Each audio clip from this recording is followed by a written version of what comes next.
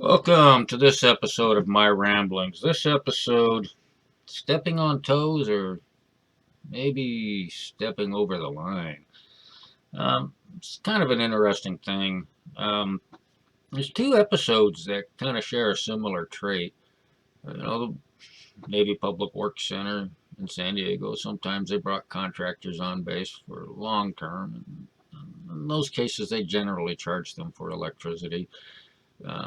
As I would learn, some projects, it's not worth the administrative cost, when there's going to be a minimal amount of electricity. I don't remember how many projects, if any, that we didn't charge them for electricity. I mean, it's such a minor part of the overall project. But there was one contractor on base, and he had at least 10 trailers, maybe more.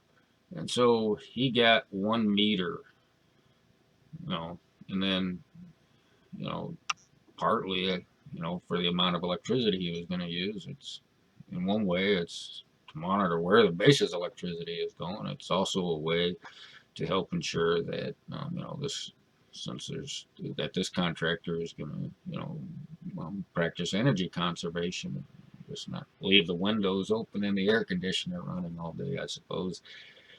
But I was working on a project, and what these guys wanted to do is all these trailers weren't for just the general contractor. They had a lot of subcontractors. And so they got one bill and they had to try to figure out how to apportion it amongst all of their subcontractors. So what they wanted to do was they wanted to put in some sub-metering. And then that way, when they got the bill from the Navy, they wouldn't have to guess or proportion or do rough calculations or whatever. They could use the meters to allocate the electricity usage to each individual trailer. Some people got wind of this, and they're coming up to me. You can't do that. That's Jack's job. No, that's Jack's territory. Yeah. So that's not what this is. Go away. And so I go talk to Jack about it. Jack was in charge of the metering shop. I think that's what he was in charge of. Told him, hey, look, contractor wants to pay for this. These guys are gonna. I think I talked to him, but I think what ended up happening is somebody axed it. I don't understand why. The contractor was going to pay for it. It was just so that the contractor could allocate the electricity. I guess maybe what it ended up being was that since it's on the contractor side of the um, meter, which doesn't sound right. Maybe they also ran the secondary. That was something I didn't get too involved in, so maybe that was it. It wasn't about stepping on the metering department's toes. It might have just been that anything on the other side of the meter, maybe contractually, the contractors, electricians ran the supply wires from the meter. That could have been. Obviously, there's other switch and stuff there with the metering cabinet or whatever. Um, there has to be a disconnect somewhere. The other one was, you know, decade or so later, up at Great Lakes, I got assigned a fencing job as one of my contracts to administer. They need to fence off an area and then put in a rolling door, a rolling gate, so that when a car came, it would open, and then when the car passed, it would shut. Came to find out, so we're looking at something, I don't know what, and my attention gets called to the fact that here we have this power pole with its grounding wire coming down, and here comes a fence adjacent to it. Does anybody remember the stories in the papers about, I don't know, what was this, late 90s, of people sitting at a bus stop, and then people come by and they realize that person has barbecued because they had electricity flowing through them that slowly, well, killed them right away, but slowly cooked them. Because it turns out in a lot of those cases they were grounding issues and stuff. They had problems like this in Florida.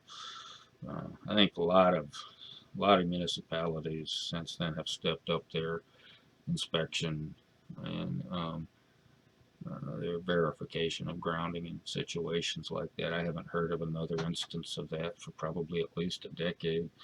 For a while, there was some swimming pool stuff, but that seemed to be got enough attention where you, at least I don't read as much as I used to of on industry um, happening. So I guess I may be presumptuous in assuming that those problems don't exist anymore.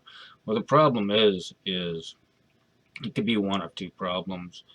So that it, because if if you use a ground rod, a ground rod is fine to help with lightning surges and stuff. But if you use a ground rod as equipment grounding means, then you have the inconsistent earth. Depending on recent rainfall and stuff, the ground resistivity can change. And so it's really not a consistent path back to the source if there's a fault. And what could end up happening is if you have a wiring problem as well, you don't have a complete circuit until I forget exactly what it is, because I know there's so many different varieties of these problems. But one of the main reasons for having an equipment grounded conductor is that a potential can sit. If you have a fault, a broken wire or something along that, it comes in contact with the metal. If there's not a return path, a reliable return path back to the source, which is usually an equipment grounding conductor, then you can have, I don't know, I'll call it a floating potential. And then when somebody comes along and they complete the circuit, using their hand and then their body, for the current to now get to ground, have a place to go. Current can be so low that the circuit breaker isn't going to trip for a long time, but still enough, to cause you to be electrocuted. When you start talking about grounding and stuff, surge currents from, say, short circuits and what have you, you can get a difference of potential if you have like an air traffic control tower. It's got a lightning rod up here. You get tens of thousands, hundreds of thousands of lightning current flowing down. It's kind of like a pulse, but it's so much current that if everything isn't tied together, then you get a higher potential here and a shorter potential here, and then you have a touch or step voltage. Now, lightning current is faster and more of a surge current. Same thing can happen with if you have a short circuit. A short circuit is at a substation, goes into the ground, it spreads out through the ground network, looks for its source back, and usually that grounding grid is calculated with the earth and stuff to make sure that when that maximum short circuit current flows through there, somebody standing with his feet normal width apart isn't going to have a potential that's going to cause, it's not going to have a potential between his 2 feet to have, with the difference of potential, plus voltage minus voltage, the circuit being the legs of your body, then, current could want to flow through there. But so here we have a power pole and a grounding wire, and you could have a short circuit through there. You could just have normal return current that you get with a multi-grounded, electrical distribution system. And then we have a fence.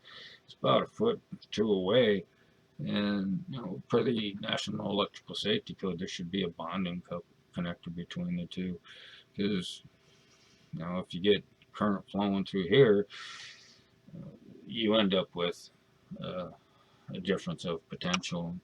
So I tried to point this out, and somebody got really upset. What the hell do you think you're talking about? That's my area of expertise. You have no business telling anybody about that. I'm telling you, and the contractor knows too. It's like it was more important than to fight, to have for this guy to fight over, whose area of responsibility it was, and than to say, hey, this issue came up on a construction contract project, and we should get it addressed. And it makes me wonder if they ever did, you know, rectify that situation. They're still up there. This is my territory. This is my territory. Oh well, amusing and troubling stories of a civil servant. I hope you enjoyed the episode. Or, as the title suggests, amused or troubled. Have a nice day.